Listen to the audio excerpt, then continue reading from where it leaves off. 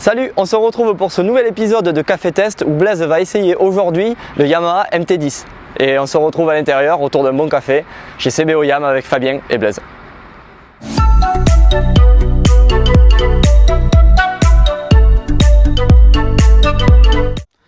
Allez, on se retrouve chez CBO Yam à Agen où j'ai eu l'occasion d'essayer la MT-10. Roadster sportif, on va le voir, on va voir avec Fabien un petit peu, on va voir à qui est destinée cette moto-là. Donc Fabien, explique-nous toi ton ressenti par rapport à cette moto, à qui elle est destinée, pour qui elle a été conçue, quel est le public cible plutôt de cette moto-là. Alors sur la MT-10 SP, c'est vraiment la dernière évolution et ce qui se fait de mieux en roadster sportif. Donc vous avez suspension pilotée, un moteur vraiment particulier, mais on y reviendra.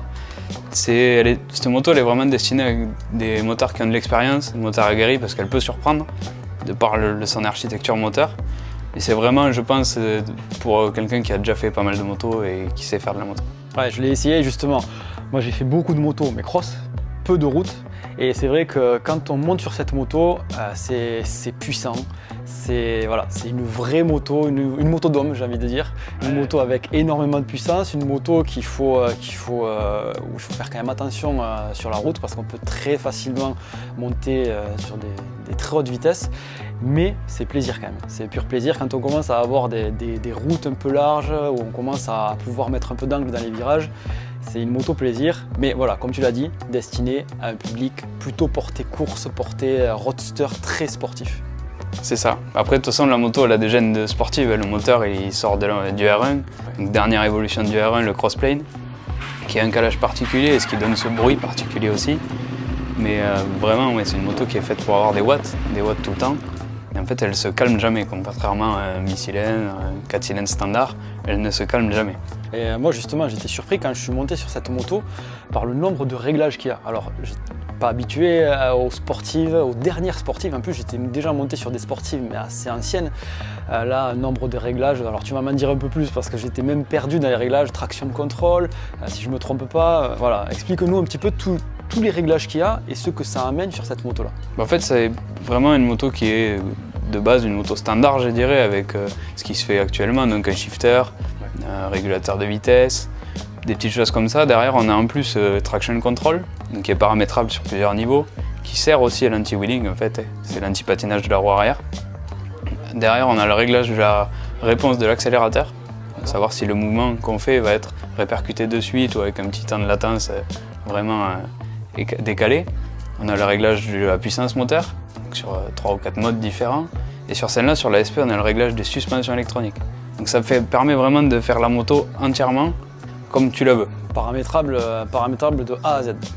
Et en fait, c'est vrai que j'ai essayé d'accélérer, on était sur un petit parking fermé, d'accélérer fort. Et l'anti-wheeling, c'est quelque chose que l'on sent de suite. On a changé un petit peu les paramètres. Pareil, on a senti quand même la différence d'un paramètre à l'autre. Donc c'est vrai que ce n'est pas simplement un argument commercial comme sur certaines machines. Là, ça marche vraiment. Donc pour résumer, cette moto, allez, si je veux acheter une moto demain, est-ce que tu me conseillerais plutôt ça, plutôt dans la gamme MT, tu me conseillerais quoi plutôt pour un pilote comme moi qui a fait du cross mais qui va débuter en route? Débuter en route, après, tu as quand même une expérience de la moto. Sur un profil de ton style, je conseillerais une MT-09 qui est entre les deux. Donc MT-09, il y a la SP aussi.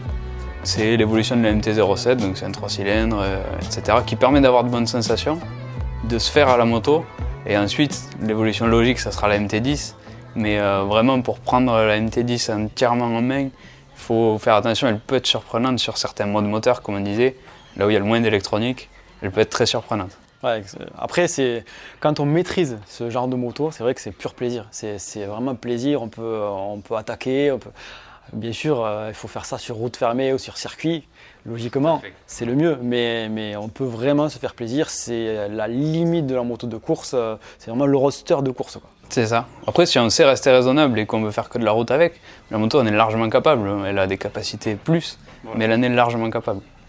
Exactement. Merci Fabien pour ce petit débrief sur la MT-10 SP si je ne me trompe pas, ouais, c'est bien ça. Donc moto surprenante pour moi, moto sportive, moto qui donne des sensations énormes et moto avec laquelle on peut se faire vraiment plaisir mais après un certain temps d'adaptation. Je pense. Merci, à bientôt pour un prochain essai. Avec plaisir.